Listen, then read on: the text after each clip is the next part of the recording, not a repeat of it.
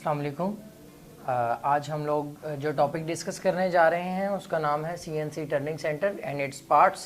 कि CNC turning centre क्या चीज़ है और उसके कौन कौन से मेन पार्ट्स होते हैं, आज हम उनको डिस्कस करेंगे। तो सबसे पहले हम लोग ये जान लें कि सीएनसी टर्निंग सेंटर क्या चीज़ है। सीएनसी टर्निंग सेंटर बिल्कुल एक लेथ मशीन की तरह है, ठीक है। ये उसी मशीन की एक एडवांस फॉर्म होती है, लेकिन जब हम इसे सीएनसी कह देते हैं तो यानी कि उस एडवांस लेथ मशीन को एक सीएनसी से कंट्रोल किया जा रहा है, यानी कंप्यूटर न्यूमेरिकल कंट्रोल की मदद से उस एक एडवांस किस्म की लेथ मशीन को कंट्रोल किया जा रहा है। यानी कि उस लेथ मशीन से कंप्यूटर की मदद से उसको कंट्रोल करके काम लिया जा रहा है जो भी है। तो सीएनसी टर्निंग सेंटर बिल्कुल एक लेथ मशीन की तरह होता है और इसी तरह इस सीएनसी टर्निंग सेंटर के अंदर दो एक्सिस होते हैं और ये दोनों एक्सिस जो हैं वही एक्सिस होते हैं जो कि लेथ मशीन में होते हैं।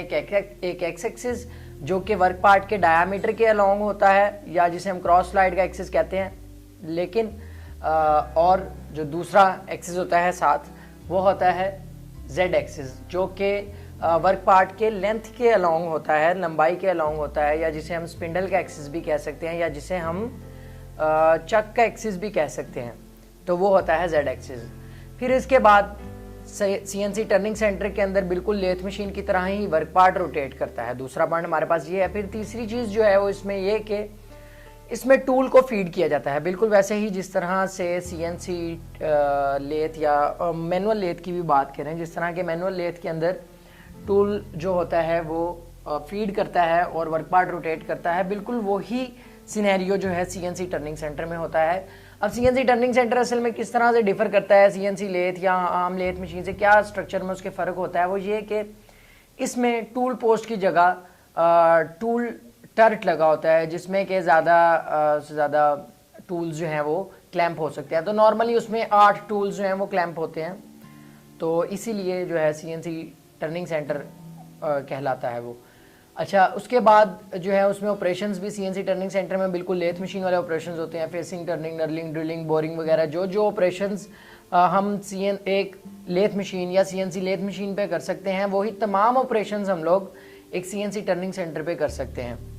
इसके बाद बात करते हैं कि एक सीएनसी टर्निंग सेंटर के कौन कौन से मेन पार्ट्स होते हैं। तो सबसे पहले उसमें जो है मेन पार्ट, बिल्कुल इसकी कंस्ट्रक्शन जो है वो ज़्यादातर पार्ट्स इसके एक लेथ मशीन की तरह के ही हैं बिल्कुल, लेकिन कुछ पार्ट्स जो हैं वो उससे थोड़े डिफर करते हैं, ठीक है। वो इसके सीएनसी होने की वजह से भी और इसका लेथ मशीन के एडवांस फॉर्म बनने पर यानी कि एक टर्निंग सेंटर बनने की वजह से भी इसमें जो है कुछ पार्ट्स ऐड हो सकते हैं।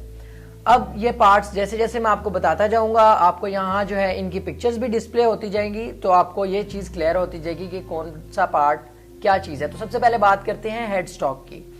हेड स्टॉक आप लोगों को पता है कि जब भी हम लेथ मशीन की बात करते हैं तो ये लेफ्ट साइड पर और टॉप वाली साइड पर मौजूद होता है, यानी कि ये लेथ मशीन का या सीएनसी टर्निंग सेंटर का सर होता है। और इसमें क्या होता है कि इसमें गियर ड्राइव लगी होती है और इसमें मेन मोटर लगी होती है जो कि ड्राइव प्रोवाइड करती है। आगे गियर्स लगे होते हैं, ट्रांसमिशन लगी होती है जिनसे कि स्पीड सेलेक्ट होती है और उसके आगे स्पिंडल लगा होता है। स्पिंडल के आगे फर्दर फिर जो है वो हम उस रोटेशन को ट्रांसफ़र करते हैं मेन मोटर से गियर्स में जो गियर्स हम सेलेक्ट करते हैं उसके हिसाब से हमें स्पीड आगे स्पिंडल में मिल जाती है।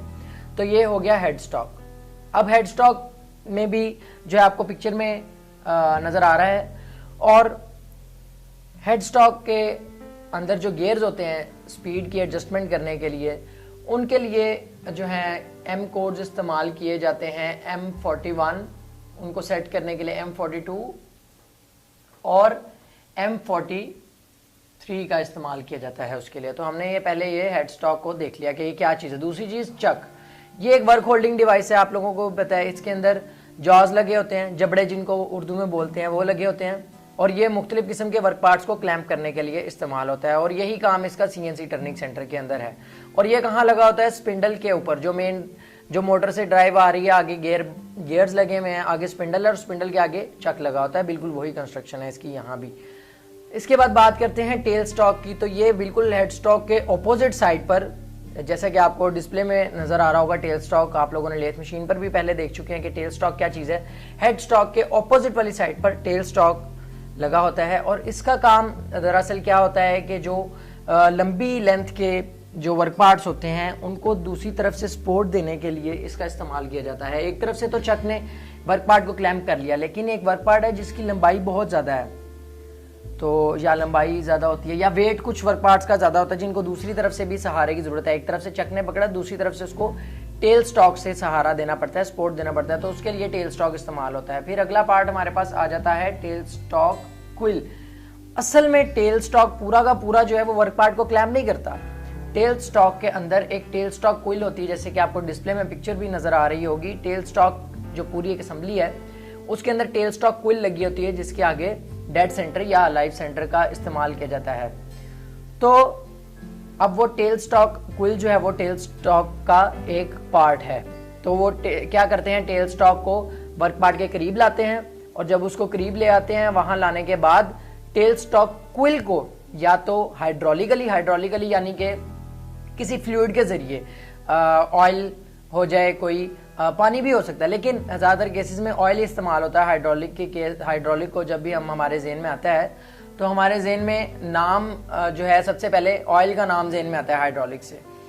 तो टेल स्टॉक को हाइड्रोलिक की मदद से या न्यूमेटिक होता है हवा वाला सिस्टम, या उसकी मदद से जो है टेल स्टॉक ऑपरेट होता है। टेल स्टॉक की क्विल ऑपरेट होती है उससे, तो वो ऐसे जो है आगे आएगी और वर्क पार्ट के साथ बहुत स्ट्रांगली उसको सपोर्ट करेगी, जिसकी वजह से जो है वर्क पार्ट चक और टेल स्टॉक के दरमियान बहुत अच्छी तरह से क्लैंप हो जाता है। इसके बाद बात करते हैं foot switch and pedal.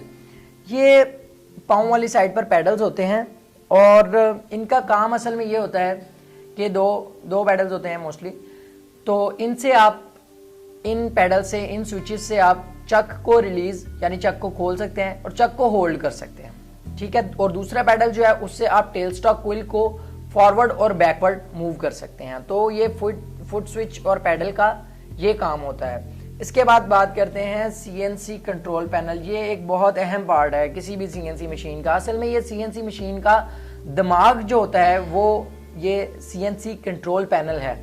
CNC control panel के ऊपर से ही जो भी आपने फंक्शन परफॉर्म करवाना है सीएनसी मशीन से, वो सीएनसी कंट्रोल पैनल से ही होगा। यानी कि ये ऐसे है जैसे कि आपने एक कंप्यूटर है उसको चलाना है, तो वो कीबोर्ड और माउस जो इनपुट डिवाइसेस हैं, जो भी आपने ऑर्डर देना है एक कंप्यूटर को, आप उसके बगैर नहीं दे सकते। तो ये भी बिल्कुल एक वही चीज़ है।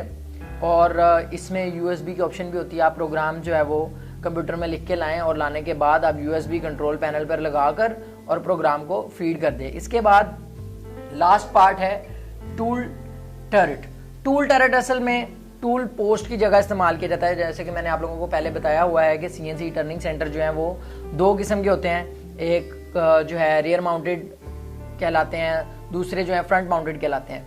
तो उसमें टूल टर्रेट जो होता है, अगर वो मैं मशीन की तरफ फेस करके खड़ा हूँ तो मशीन के अगर बैक साइड पे मुझे नजर आ रहा है टूल टर्रेट, तो इसका मतलब है वो रियर माउंटेड है। जिस तरह जो गाड़ियां जिनके बैक व्हील में पावर होती है उनको हम रेयर व्हील ड्राइव बोलते हैं, रेयर व्हील कार्स बोलते हैं उनको, और जिनके फ्रंट व्हील में होती है उनको फ्रंट व्हील ड्राइव या फ्रंट व्हील कार्स उनको बोला जाता है। इसी तरह जिस सीएनसी टर्निंग सेंटर का टूल टर्रेट जो होता है, ये जो लास्ट पार्ट आपको बता रहा हूँ, ये अगर बैक साइड पर नजर आ रहा हो आपको, यानी ये मशीन मेरे सामने अगर यूं मशीन पड़ी है तो उसको मैं देखूं, उसके बैक साइड पर मुझे नजर आ रहा हो, तो वो rear mounted CNC turning centre होगा।